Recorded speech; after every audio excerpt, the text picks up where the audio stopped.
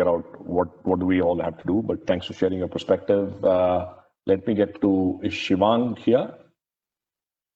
Yes, Shivang. Hi. Shivang, can you unmute yourself? Am I audible now? Yes. Perfect. Hi, good morning. So I happen to be one of the founders of Sudoku Foods LLP, and our flagship brand is Lakhi Delhi.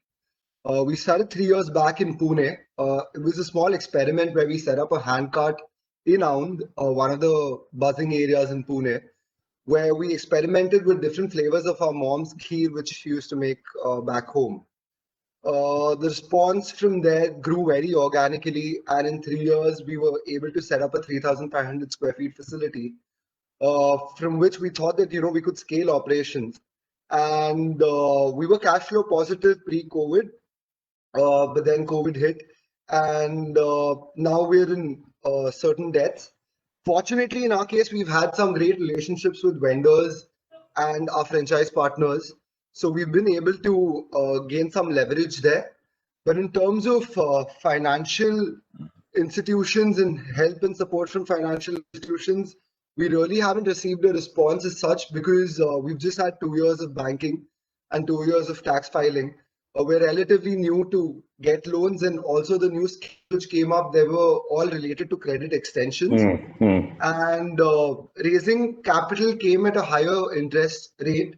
And it was actually quite challenging in facing the brunt of it, because we're again in a lot of debt, from being cash flow positive to reaching a situation where we're cash flow negative.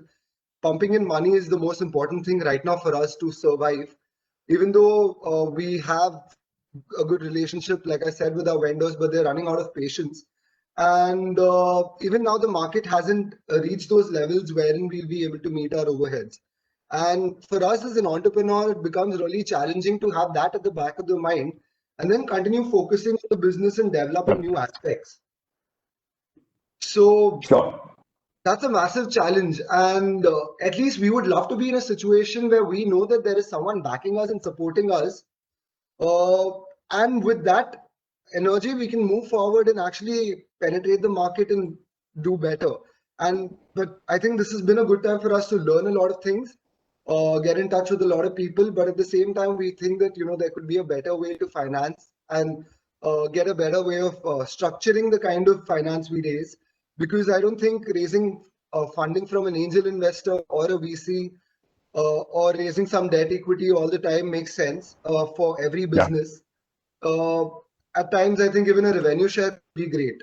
And I think giving comfort to an entrepreneur and supporting him to go ahead and continue with this business while there's someone backing you with the financial aspect of it, without having the tension, your EMIs monthly, even though you're making money or you're not, and then you're just ending up picking up money from one person and pumping it there, and then again you're liable to another person. Correct. So this creates a really so I think we're all facing the brunt of it right now, and I really hope through this panel and through a lot more discussions we can actually develop something concrete for the entire ecosystem, because we really need it at this stage. I completely agree, and thanks, Shivang, for I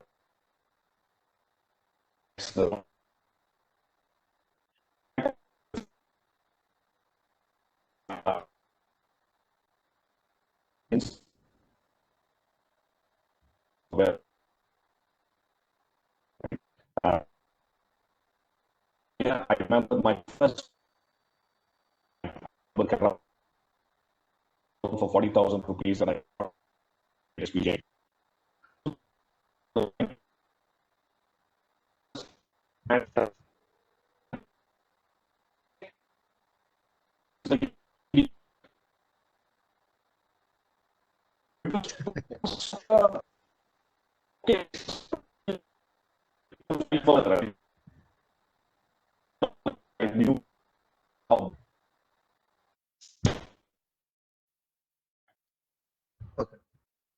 Went to the max. It's not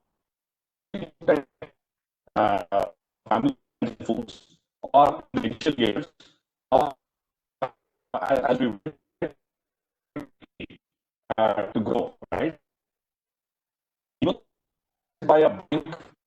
BC arm, we never even approved or I think maybe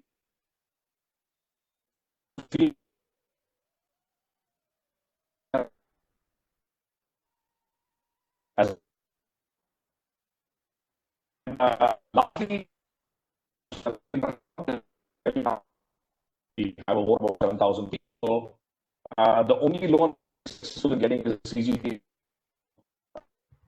for uh,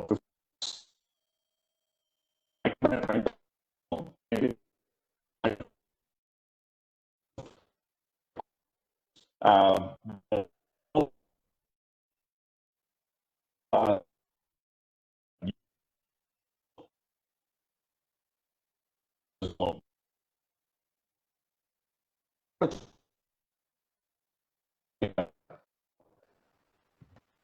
and it's true that of finance, use of technology is forced to play the massive role.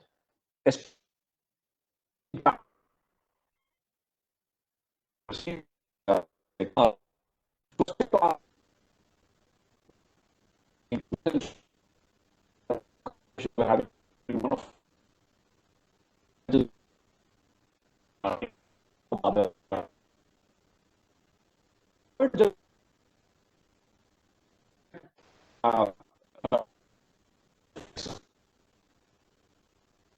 applied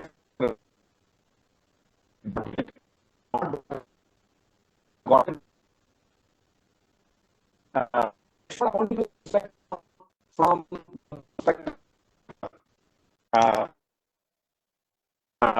you know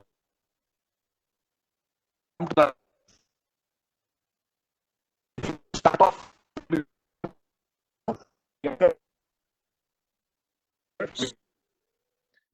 non-corporate work experience. Yeah, sure. So I want to talk a little bit about what problems I'm facing in my specific sector. So you understand why it's important to solve these problems also. I know that very relevant people will be listening to this conversation. So I am in the handloom sector and I work with rural artisans, right? So it's a specialized silk that we're working with. So now there is a scarcity of raw material. Okay, I'll show you at the end of the at the end of this point how it's connected. Okay, so there is a scarcity of raw material.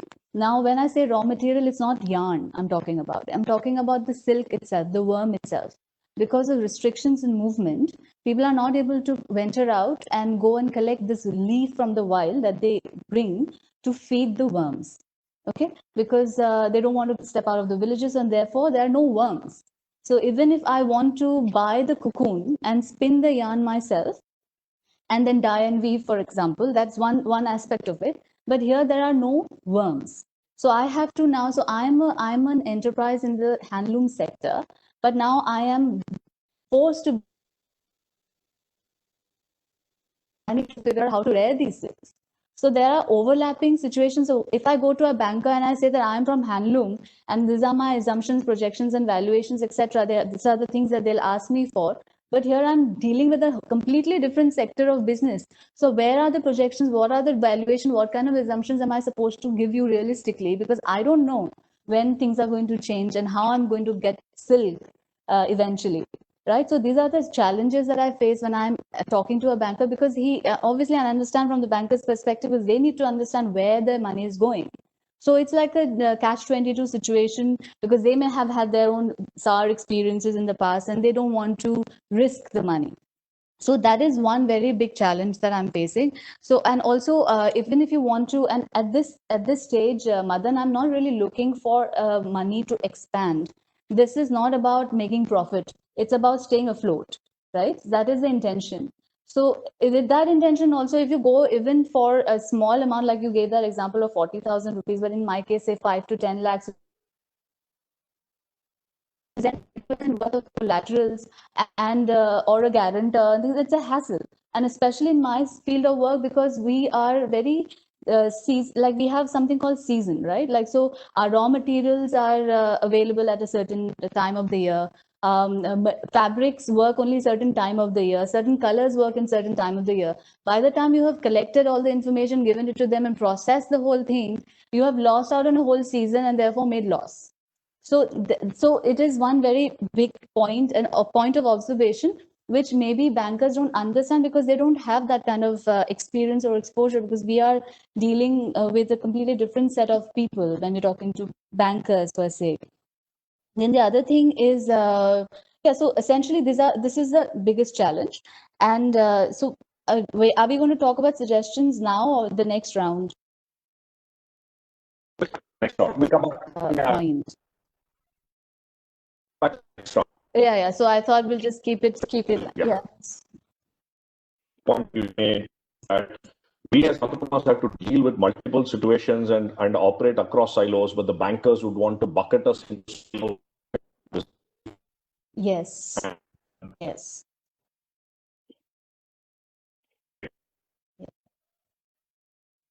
I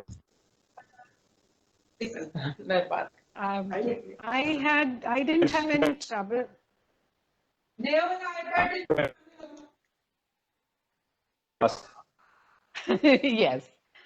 Yeah, I think my husband, who is an ex-banker, has a problem with that also. My problem hasn't been really, I mean, it was greatly aggravated by COVID, but I was in stress before, as I told you. After GST, we got hit because we are a domestic company now. We thought we'll build an asset. I built assets for myself when I was in exports, and now I've squandered it all away because my banks have everything I own.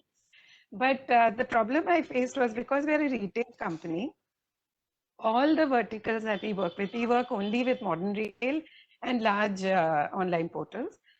They only work on SOR, which is sale or return or consignment model. In that case, what happens is all my working capital is with the GST department, because the minute I move 100 pieces out, I will sell 10 or 15, but I pay for 100. And because of the price difference between the 5% and these two blocks, I usually lose around 7% extra on my sales post GST. So I was already in stress.